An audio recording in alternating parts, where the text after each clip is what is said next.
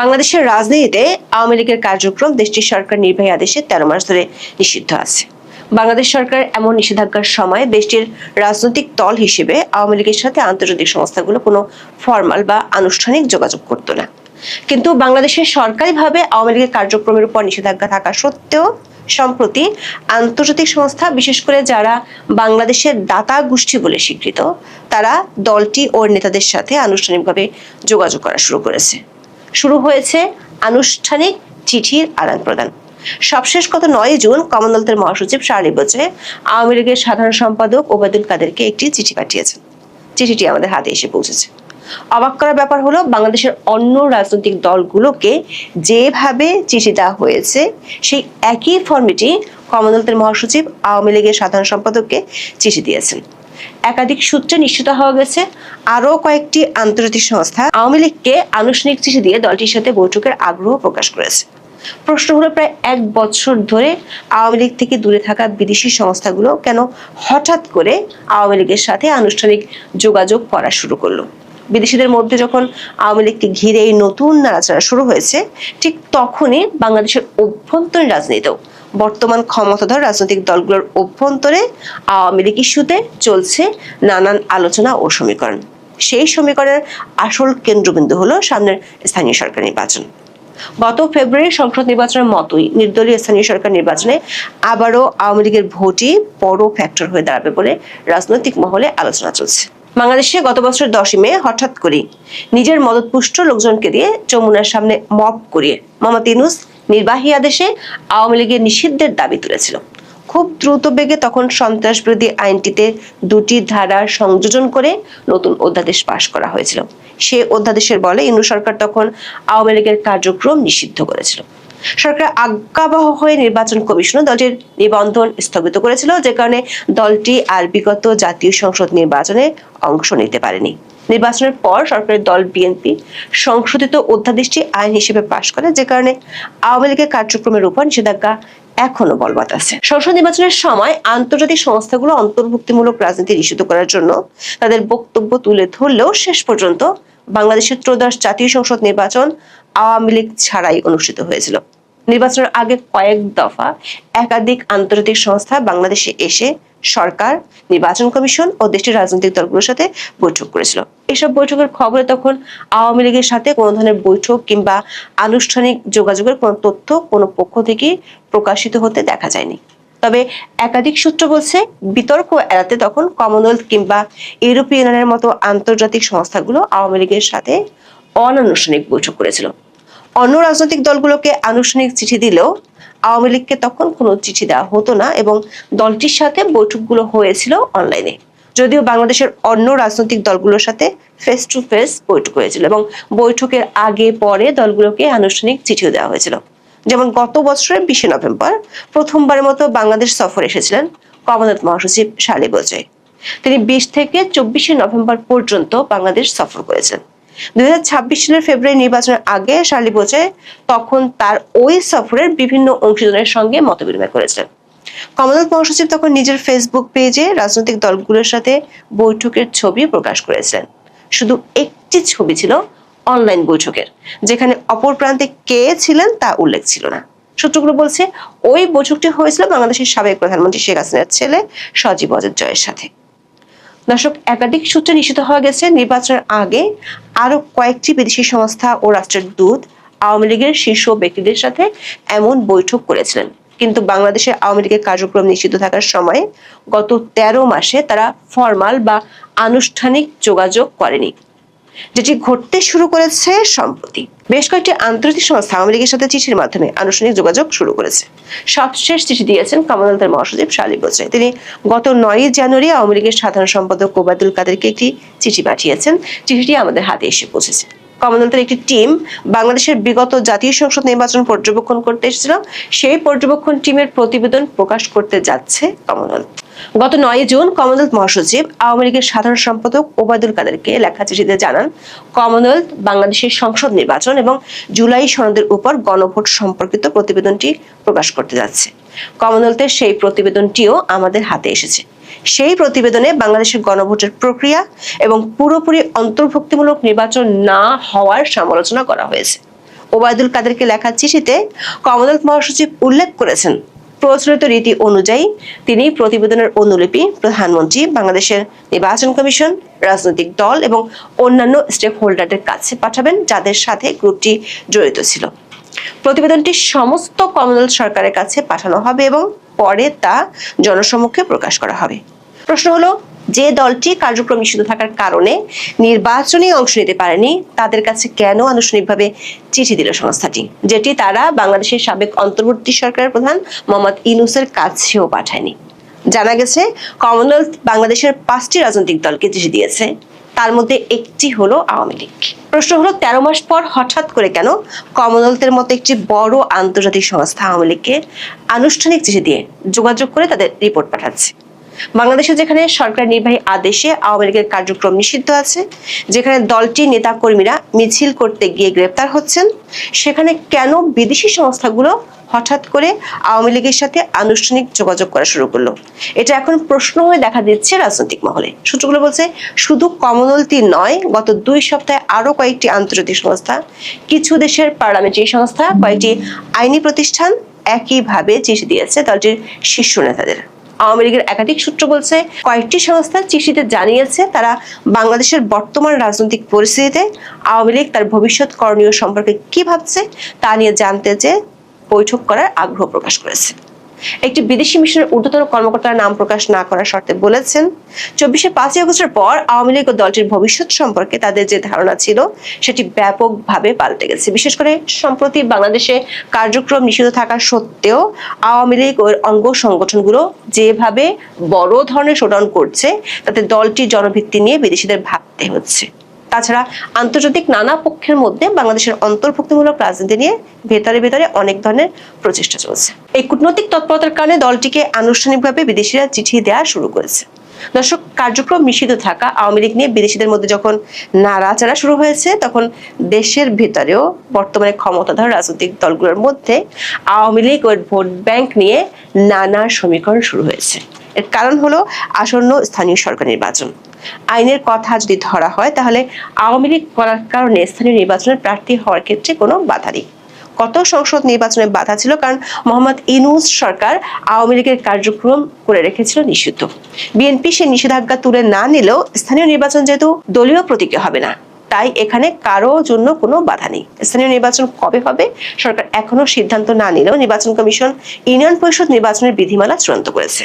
তাতে বলা আছে, প্রার্থী হওয়ার যোগ্য হলে যে কেউ অংশ নিতে পারবে এই নির্বাচনে। বিধিমালা প্রণয়ন কমিটির সভাপতি নির্বাচন কমিশনার আব্দুর রহমান আল মাসুদ বিবিসি বাংলাকে বলেছেন, কোনো দল বাদ দেওয়ার মতো কোনো বিধান আচরণবিধিতে রাখা হয়নি।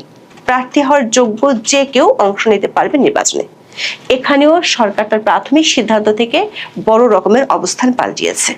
প্রথমে সম্ভাব্য প্রার্থীদের নিষিদ্ধ বা নিষেধাজ্ঞার আওতাধীন কোনো রাজনৈতিক দল বা সংগঠনের সঙ্গে সম্পৃক্ততা নেই, এই মর্মে ইসির তৈরি করা অঙ্গীকারনামায় স্বাক্ষর দেওয়ার বিধান প্রস্তাব করা হয়েছিল। তবে শেষ পর্যন্ত তা রাখা হয়নি। এই বিধান রাখা হলে শেষ পর্যন্ত আওয়ামী লীগের পদধারী কোনো নেতাই অংশ নিতে পারতেন না। গত মঙ্গলবার প্রধানমন্ত্রীর উপদেষ্টা জাহিদুর রহমান সাংবাদিকদের বলেছিলেন, একজন ব্যক্তি যদি নির্বাচনে অংশগ্রহণ করতে চান, তিনি যদি আওয়ামী লীগের হয়েও নির্দলীয় থাকেন তাও পারবেন, কারণ স্থানীয় সরকার নির্বাচন নির্দলীয়, এখানে কেউই দলের কথা বলবেন না। সূত্রগুলো বলছে, গত সংসদ নির্বাচনের মতো এবার স্থানীয় সরকার নির্বাচনে ভোটের হিসেব নিকাশ পাল্টে দিবে আওয়ামী লীগের ভোট ব্যাংক। এটি নিয়ে ভাবছে বিএনপি, জামাত, এনসিপি ও জাতীয় পার্টি। জানা গেছে, বিএনপি একটি অভ্যন্তরীণ বৈঠকে বিগত নির্বাচনে আওয়ামী লীগের ভোট ব্যাংক কিভাবে তাদের জিততে সাহায্য করেছিল সেটি নিয়ে আলোচনা হয়েছে। যেমন লক্ষ্মীপুর বিএনপির ঘাঁটি হিসেবে পরিচিত। এই জেলার সদর আসনে বরাবরের মতো এবারও বিএনপির প্রার্থী হয়েছিলেন ছাত্রদলের সাবেক সভাপতি শহীদুদ্দিন চৌধুরী অ্যানি। কিন্তু ভোটের ব্যবধানটি বিএনপিকে অবাক করেছিল। 1,33,000 বেশি ভোট পেয়েও মাত্র 16,000 ভোটের ব্যবধানে জয়ী হয়েছিলেন তিনি। তার নিকটতম প্রতিদ্বন্দ্বী আওয়ামী লীগের কেউ ছিল না, কারণ দলটি তো নির্বাচনে অংশ নিতে পারেনি। নিকটতম প্রতিদ্বন্দ্বী ছিলেন জামাত ইসলামের রেজাউল করিম। তিনি যে খুব পরিচিত তাও নন। এই এনির পরাজয়ের ঘণ্ট বেজে যেতে পারত যদি না আওয়ামী লীগের ভোটাররা তাকে ভোট না দিতেন। নির্বাচন বিশ্লেষক আব্দুল আলিম বিবিসি বাংলাকে বলেছেন, জাতীয় নির্বাচনে আওয়ামী লীগের ভোটাররা তাদের প্রার্থীদের ভোট দিতে পারেনি, যে কারণে তারা অন্য দলের দিকে ধাবিত হলেও এবার তারা নিজেদের প্রার্থীদের ভোট দেওয়ার সুযোগ পাবে। এতে বদলে যেতে পারে ভোটের সমীকরণ। বিশ্লেষকদের ধারণা, যদি আওয়ামী লীগের নেতা কর্মীরা নির্বাচনে অংশ নিতে পারে, সেক্ষেত্রে কার্যক্রম নিষিদ্ধ থাকা আওয়ামী লীগের জন্য রাজনীতিতে একটা কামব্যাকের বড় সুযোগ তৈরি হবে। সরকার একটি সূত্র বলছে, স্থানীয় সরকারের প্রকল্পগুলোর ফান্ডিং এর বড় উৎস হলো বিদেশি দেশ ও দাতা গোষ্ঠী। এর মধ্যে বিদেশিদের তরফ থেকে স্থানীয় সরকার নির্বাচনে আওয়ামী লীগকে বাধা না দেওয়ার বার্তা সরকারকে দেওয়া হয়েছে। এমনিতেই ইউনূস সরকার বিএনপির জন্য ভঙ্গুর অর্থনীতি রেখে গেছে। এমন পরিস্থিতিতে দাতা গোষ্ঠীর কাছে কোনো ভুল বার্তা দিতে চায় না সরকার। এখন দেখার বিষয়, দেশীয় রাজনৈতিক দলগুলোর মতো বিদেশিরাও আওয়ামী লীগকে নিয়ে যেভাবে আনুষ্ঠানিকভাবে ভাবতে শুরু করেছে, তার ফলাফল কোথায় গিয়ে দাঁড়ায়। যেটা দিয়ে শুরু করছিলাম যে এবছর হজে গিয়েছেন আমাদের সেনাপ্রধান। গতকাল তার নিউ লুক নিয়েও কথা বলেছি। আজকে একজন প্রাক্তন সেনাপ্রধানের কাছে আমি মন্তব্য জানতে চেয়েছিলাম যে আমাদের বর্তমান সেনাপ্রধানের এই নিউ লুকের খবর কি। তিনি জানিয়েছেন যে অতীতে বাংলাদেশের সেনাপ্রধানদের এমন দাড়ি দেখা যায়নি। দাড়ি সেনাপ্রধানরা রাখতে পারবেন না এমন কোনো কথা নেই, তবে সেনাবাহিনীর কিছু রুলস ফলো করে এই দাড়ি রাখতে হয়। আর তিনি বললেন যে এর আগেও অনেক সেনাপ্রধান ছিলেন যারা ব্যক্তিগতভাবে ভীষণ ধর্মভীরু ছিলেন, তারা অনেকেই 5 ওয়াক্ত নামাজ পড়তেন, কিন্তু কেউই জেনারেল ওয়াকারের মতো এতটা প্রদর্শনবাদী ছিলেন না, যে ধর্মচর্চা এই প্র্যাকটিস গুলো এত পাবলিকলি কেউ করেননি। এই প্রথম জেনারেল ওয়াকার করছেন, এবং তিনি চমৎকার একটা উদাহরণ দিয়েছেন যে পাকিস্তানের বর্তমান যে আর্মি চিফ আসিম মুনির, তিনি হাফেজ, কিন্তু তাই বলে তো তিনি দাড়ি রাখেননি বা তার বেশভূষা চালচলনে মনে হয় না যে হাফেজ এই বিষয়টা তিনি সামনে আনেন। যাই হোক, যে বিষয় বলছিলাম যে হজে গিয়ে জামাতের প্রধান ডক্টর শফিক এবং সেনাপ্রধান জেনারেল ওয়াকার খানের মধ্যে একটি একান্ত বৈঠক অনুষ্ঠিত হয়েছে, এবং সেই বৈঠকে আরো 2-1টি দেশের প্রতিনিধি উপস্থিত ছিল। সেই বৈঠকের মূল আলোচনা ছিল যে বাংলাদেশে বিএনপি এখন টেরিবলি ফেল করছে, বিএনপি দেশটা ভালো মতো চালাতে পারছেন না, তারেকের দক্ষতা সক্ষমতা নিয়ে প্রশ্ন উঠছে। এমনকি বিএনপির ভেতরেও এই আলোচনা হচ্ছে যে তারেক রহমান পারছেন না, বা তার ভেতরে সেই রাষ্ট্র চালানোর মতো, সরকার প্রধান হবার মতো ম্যাচিউরিটি দেখা যাচ্ছে না। তো সেই প্রেক্ষিতে জামাত চেয়েছিল এবং সেনা প্রধানের সাথে আলোচনা করেছে যে মূল যে গেমটা ছিল ডিপ স্টেটের, জামাতকে ক্ষমতায় আনা, ইউনূস যেটা চেষ্টা করেছে সেই খেলাটা আবার তারা চায়, যে বাংলাদেশে বিএনপি যে ব্যর্থ হচ্ছে তার প্রেক্ষিতে জামাত ইসলামকে আবার ক্ষমতায় আনার একটা চেষ্টা করা। তো সেখানে উপস্থিত যে অন্যান্য পরাশক্তির প্রতিনিধিরা ছিলেন, তারা বলেছেন যে বর্তমান বিশ্ব বাস্তবতায় জামাত ইসলামকে বাংলাদেশে আর সামনে ক্ষমতায় আনার কোনো সুযোগ নেই। তার মানে এই যে ওয়াকার এবং শফিক সাহেবের যে বৈঠক, সেই বৈঠকটা সেই দৃষ্টিকোণ থেকে বলা যায় যে ব্যর্থ হয়েছে। তাহলে বাংলাদেশে এই যে দুজন রাষ্ট্রদূতের কথা বললাম, ব্রেন ক্রিস্টেনসন এবং সারা কুক, তারা এত দৌড়ঝাঁপ কেন করছে? এদিকে ইরানে 3 জন ভারতীয় নাবিক নিহত হয়েছেন, এবং তার ফলশ্রুতিতে ভারত কিন্তু তীব্র প্রতিক্রিয়া জানিয়েছেন, আমেরিকার কাছে কড়া প্রতিবাদ জানিয়েছেন।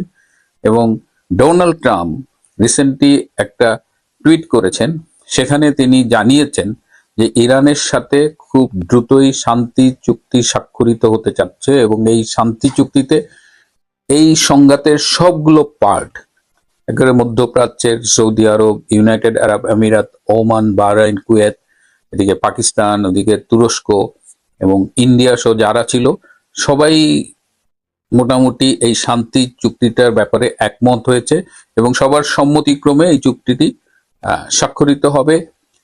মার্কিন ভাইস প্রেসিডেন্ট জেডি ভ্যান্স জানিয়েছেন যে অচিরেই জেনেভায় এই চুক্তিটি সকল পক্ষের উপস্থিতিতে স্বাক্ষরিত হবে। তো এই যে 5 দিনের জন্য শুরু করা একটা যুদ্ধ, ইরানকে ধুলোয় মিশিয়ে দেওয়ার যে যুদ্ধ, সেটা শেষমেশ এমন একটা পর্যায়ে গিয়ে শান্তি চুক্তি স্বাক্ষর হওয়ার মধ্যে শেষ হতে যাচ্ছে, যেখানে বলা যায় যে আমেরিকার যা যা চেয়েছিল তার অধিকাংশই আর পূরণ হয় নাই। হয়তো ইরানের কিছু ক্ষতি হয়েছে, কিন্তু ইরান যেভাবে ঘুরে দাঁড়িয়েছে তাতে বিশ্ব রাজনীতিতে ইরানের অবস্থানটা কিন্তু পোক্ত হলো। এদিকে রাশিয়া, ইন্ডিয়া এবং চায়না এই মুহূর্তে যতটা ঐক্যবদ্ধ, সেটা কিন্তু আমেরিকার একক সুপার পাওয়ারের জায়গাটাকে নাড়িয়ে দিয়েছে। তো সব মিলিয়ে বিশ্ব রাজনীতি এখন নতুন করে ফর্মুলেট হচ্ছে। বলা যায় যে বিশ্ব রাজনীতির সমীকরণ বদলে গেছে এবং এই বিশ্ব পরিবর্তিত রাজনৈতিক অবস্থায় গতকাল 11ই জুন ছিল বঙ্গবন্ধু কন্যা আওয়ামী লীগ সভানেত্রী শেখ হাসিনার কারা মুক্তির দিবস। 111 সরকার তাকে অ্যারেস্ট করেছিল 16ই জুলাই 2007 সালে এবং 2008 সালের 11ই জুন তিনি মুক্তি পেয়েছিলেন। এবং এই উপলক্ষে গতকাল যে বক্তৃতাটি তিনি করেছিলেন সেখানে তিনি কিন্তু বলেছেন যে খুব তাড়াতাড়ি আপনাদের সাথে ঢাকায় দেখা হবে। কয়েকদিন ধরেই শেখ হাসিনার ঢাকায় ফেরার ব্যাপারে বলছেন এবং মোটামুটি একটা কথা চাউর হয়েছে যে বাই ডিসেম্বর তিনি বাংলাদেশে আসবেন। কিন্তু যত দ্রুততার সাথে বিশ্ব রাজনীতি বদলাচ্ছে এবং এই বিশ্ব রাজনীতির বদলের সাথে সাথে কিন্তু সাউথ এশিয়ান পলিটিক্স এবং বাংলাদেশের রাজনৈতিক অবস্থা সবই খুব দ্রুত বদলে যাচ্ছে এবং এই পরিবর্তিত অবস্থায় শেখ হাসিনা কিন্তু খুব দ্রুতই বাংলাদেশে ফিরে আসতে পারেন।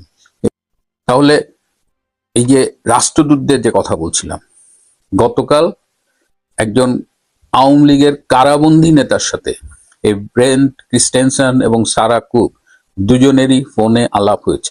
তারা বিএনপির নেতৃবৃন্দের সাথেও আলাপ করেছেন এবং অন্যান্য রাজনৈতিক দলের নেতৃবৃন্দের জন্য সাথেও আলাপ করেছেন। অর্থাৎ বাংলাদেশের রাজনীতিতে নতুন কিছু একটা সমীকরণ তৈরি হচ্ছে এবং তার অংশ হিসেবে কারাবন্দী নেতার সাথেও ফোনে আলাপ হয়েছে। আর এদিকে একটা জিনিস আপনারা খেয়াল করেছেন যে বিএনপি এই ইসলামী ব্যাংক সহ বেশ কিছু ইস্যুতে জামাতে ইসলামের উপরে চড়াও হয়েছে এবং আজকে খবর পেলাম যে ইসলামী ব্যাংকের পাশাপাশি আরো 2-3টা ইসলামী ব্যাংক যারা ফলো করে, শরিয়া ব্যাংকিং যারা ফলো করে, তাদের উপরেও নাকি বিএনপি সরকার কঠোর অবস্থান নেবে। তার মানে জামাতের সাথে এই মুহূর্তে যে বিএনপির একটা দ্বন্দ্ব চলতেছে, আমরা যখনই জামাত বিএনপির কোনো দ্বন্দ্ব দেখি তখন একটা সন্দেহ হয় যে এটা আসলে দ্বন্দ্ব নাকি সাজানো নাটক। কারণ আজকে যদি আওয়ামী লীগ বলে আমরা ফিরে আসবো, হয়তো দেখা গেলো যে জামাত বিএনপি সব কিছু ভুলে এক হয়ে গেছে।